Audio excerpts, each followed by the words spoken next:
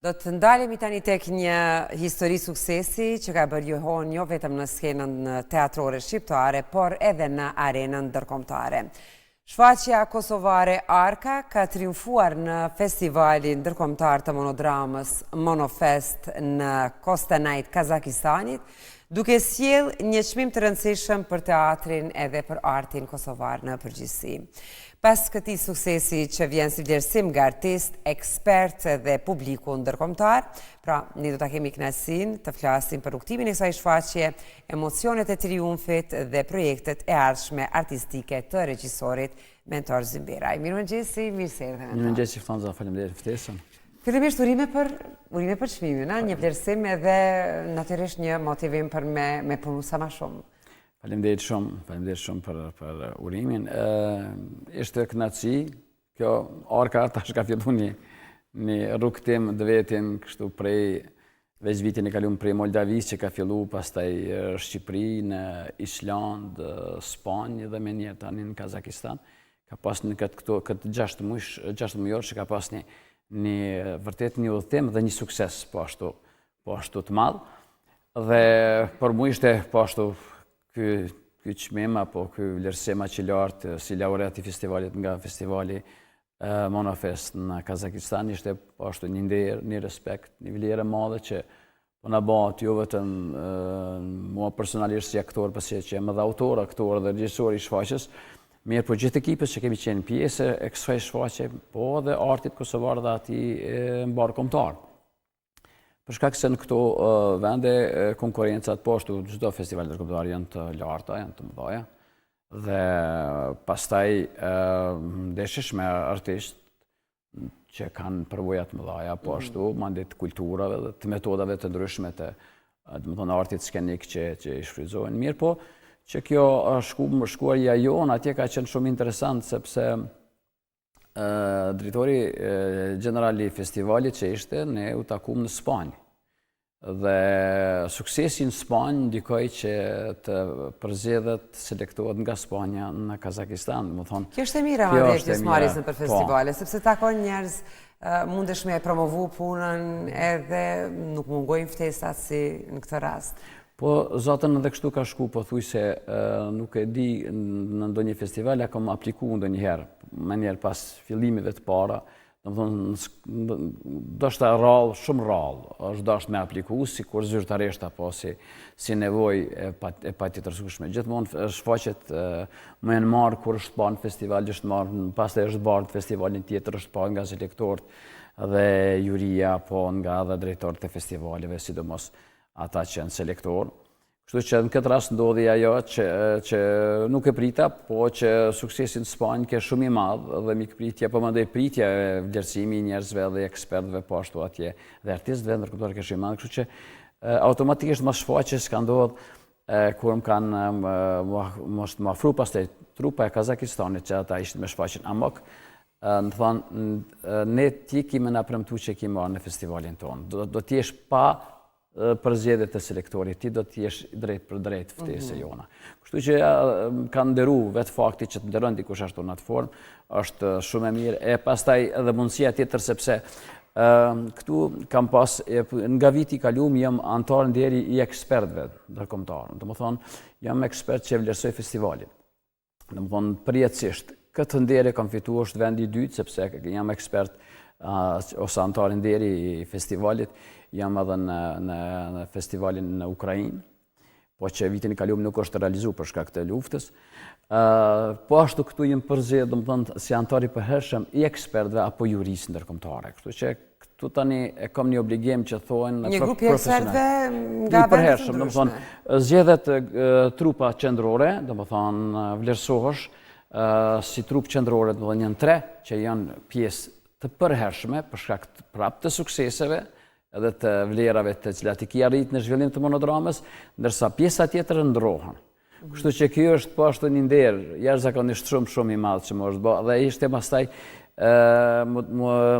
ishte si e tepër të marr pjesë edhe me shfaqje. Mirë po që insistimi i tyre Jo në këtë rast. Jo në këtë rast, për shkak se në ato raste nuk e vlerësoj veten, do të thonë nuk vlerësoj, se mi vlerësu prej ekspertëve, jemi vlerësu prej festivalit, ka qenë krejt komision tjetër.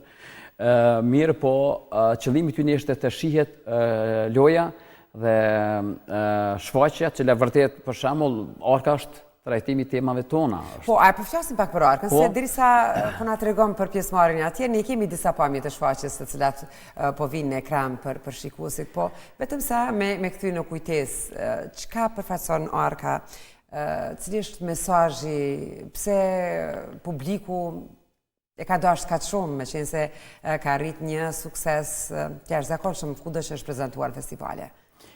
Unë jam befasu pak a shumë. Unë e kom kuptu edhe ma herët pëse ëndrat e Hamletit ka pas shumë sukses. Sepse ka qenë, Hamleti është njoft.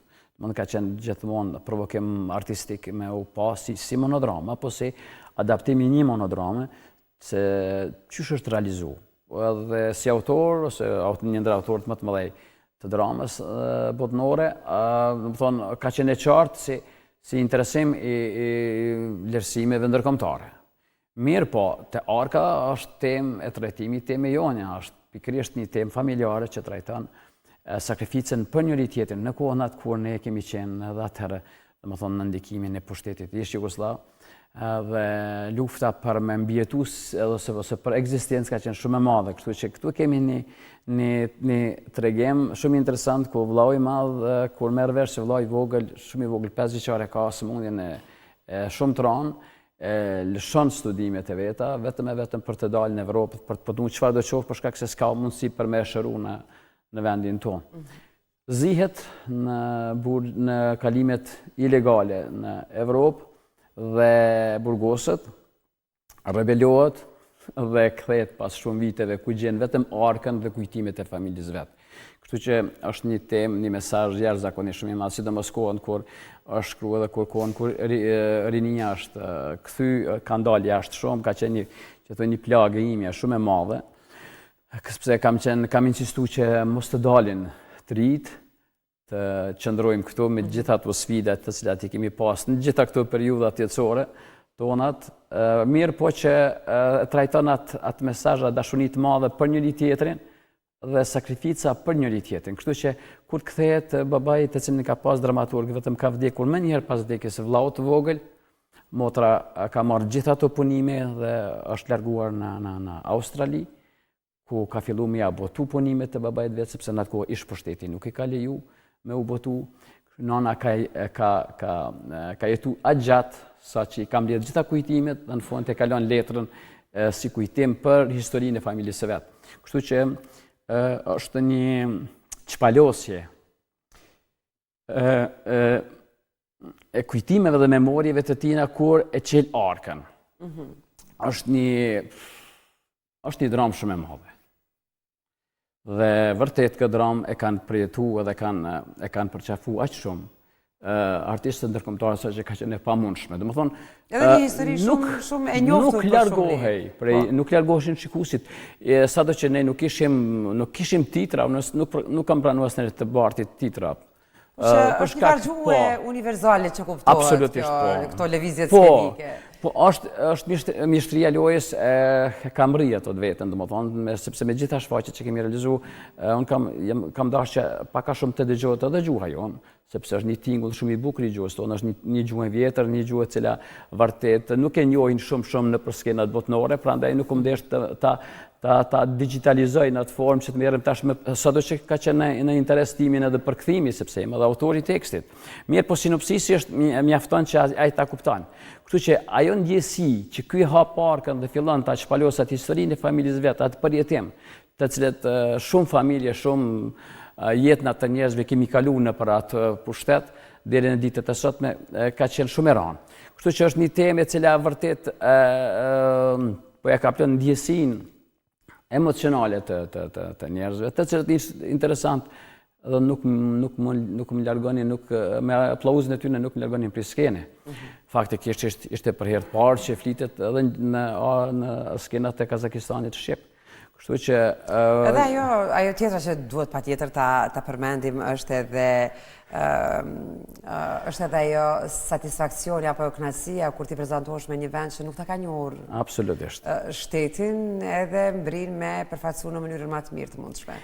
Kjo për neve është sfidë tjetër pastaj, për shkak se pothuajse deri tash kemi depërtu në shumë shtete që s'na kanë njohur, madje që është edhe problem edhe me të pranu në konkurrencët e tilla. Gjë që ka ndodhur në Kazakistan, s'ka qenë lehtë të bartemi në atë për shkak se nuk jemi shtet që s'na kanë njohur. Mirë po që kjo pjesa jonë, domethënë e vlerave artistike, e kam rrijat nivelin botnor, domethënë ne jemi të kënaqur sepse në këto konkurrencat e monodramës, ku kemi vërtet elitën botnore artistike, s'po flas se monodrama mund bëjnë edhe të tjerët, mirë po në konkurrencat e tilla është vërtet elitë e artistëve, unë jemi kënaqur sepse jemi në top nivelet më të mëdha botnore, gjë që për mua është një gëzim shumë i madh qoftë për artin skenik të Kosovës dhe mbar kombëtar, po të njëjtën kohë edhe për promovimin e shtetit tonë, i cili vërtet ka nevojë më shumë dhe ne jemi të vetëdijshëm dhe atë pjesë të punës të madhe me një sakrificë të madhe, po e bëjmë edhe ne dhe vërtet jemi shumë të kënaqur. Pra ky është një shembull që të jesh si një drejtues apo kryesues i ekspertëve përgjatë krejt festivalit, domethënë është njeriu kryesor që jep vlerësimet artistike, ndërsa jo të çmimeve, sepse ai ata kanë pas komision tjetër për çmime, ka qenë nder i veçantë dhe nder që ka me vazhdu prap.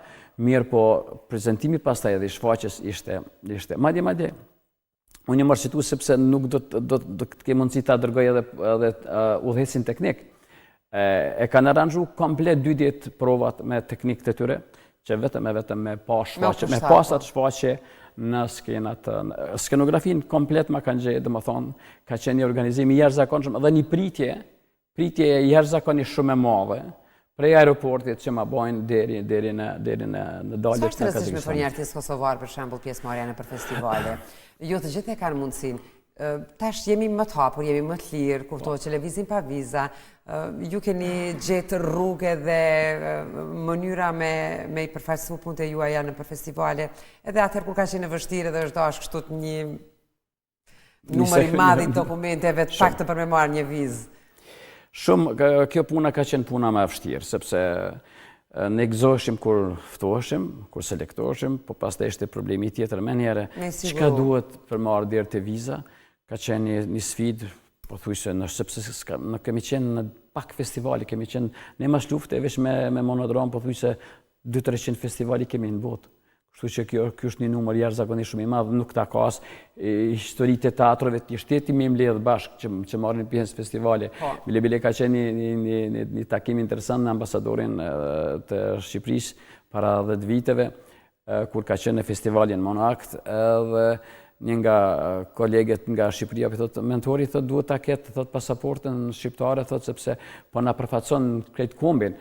Dhe ai pastaj më ka propozuar dhe unë bashkë me të, do thonë kemi bërë dokumentat që ta fitoj në nënshtetësinë shqiptare.